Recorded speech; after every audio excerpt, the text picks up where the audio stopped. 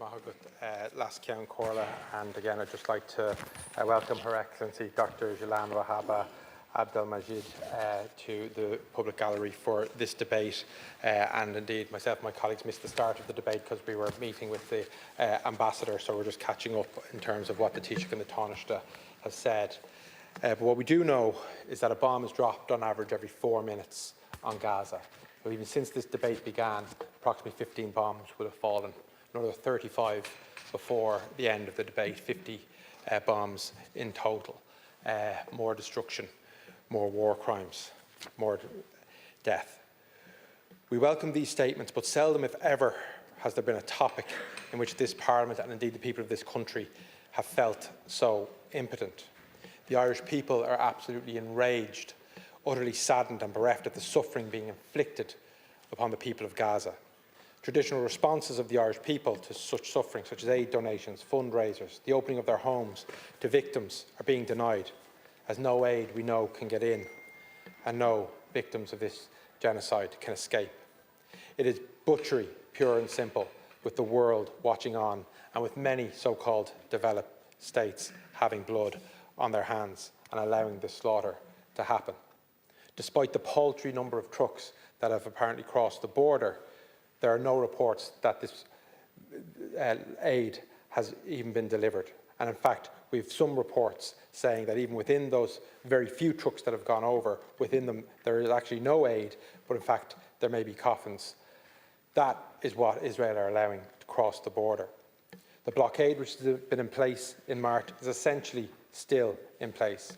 Médecins Sans Frontières have described the amount of aid that Israel have started to allow into Gaza as, quote, a smokescreen to pretend the siege is over.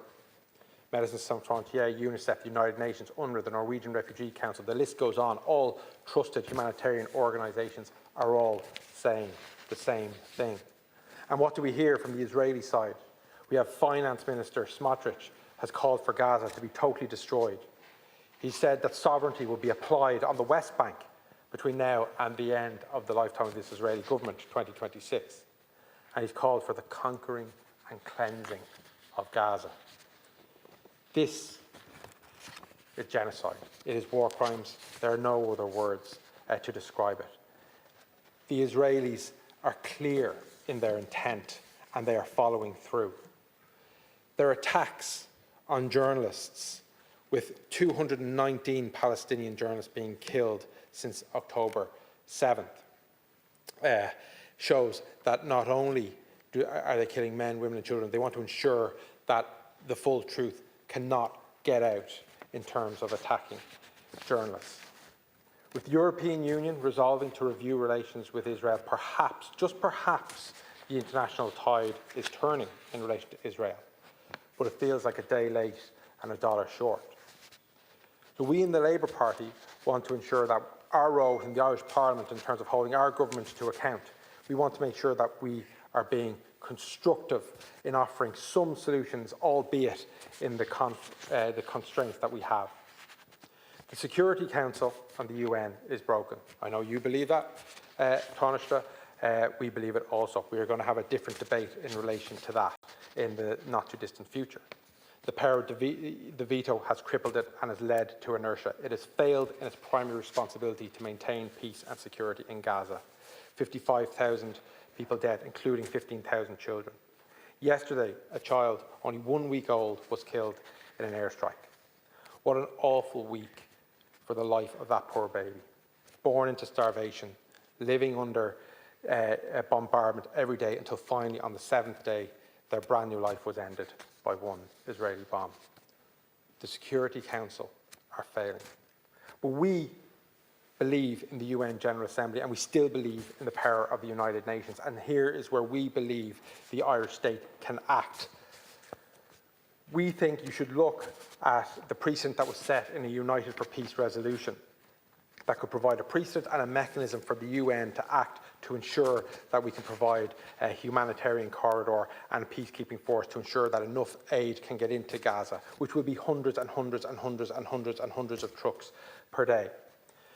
The suffering is so high, the relentlessness of the Israeli bombardment is so extreme, and our levers are so few, which is why we are asking you to consider what the Labour Party will be proposing next week in our motion, and we are looking for cross-party support for this.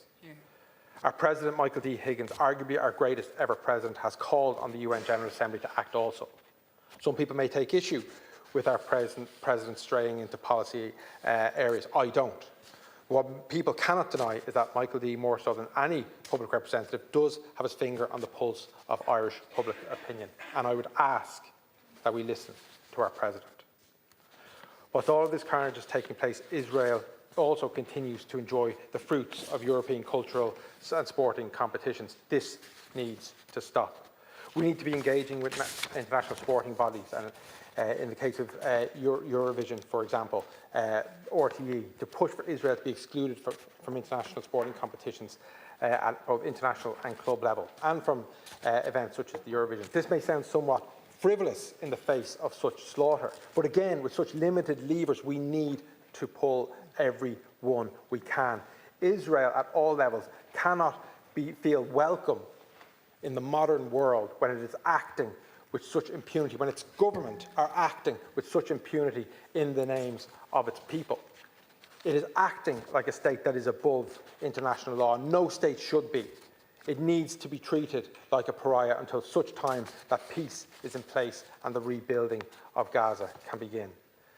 I and the Labour Party have also published the Occupying Power Securities and Handling Settlement Goods Bill, and we're hoping to get that signed off this week, and this will outlaw the selling of Israeli bonds, but it will also protect workers who who don't want to handle goods from the occupied territories. Again, this is something we will be looking for your support on. We believe we need to break down the barrier between opposition and government to ensure that we, as an Irish Parliament, do everything we can for the people of Gaza and for the Palestinians. In speaking with a senior activist from civil society last week, his message was this: yes, it is welcome the stance that Ireland has taken, but do not clap yourselves on the back too much. It is still not enough. I firmly believe this, not as a stick to beat the government with, but as a message for us on this issue to break down those divides and to work together. To be leaders, not just in Europe, but globally, to stop the slaughter, to protect the innocent and to save lives. We are best when we are brave and we are pushing boundaries. I have said to you, Taoiseach, that I do not think that what we have done is unimportant. The recognition of the Palestinian state, the advisory opinion of the ICJ, work in the EU, it is important. We recognise that, but we have to push. Many of us in this chamber have young children. You and I, Taoiseach, both have children of a very similar age. In years to come, they will ask us what we did. Right now, at this moment, we won't say we did nothing, but we have to say we can do more. I genuinely believe that. The Labour Party genuinely believes that we can do more. We're going to put forward a suite of options we hope you'll be able to support in the next few weeks.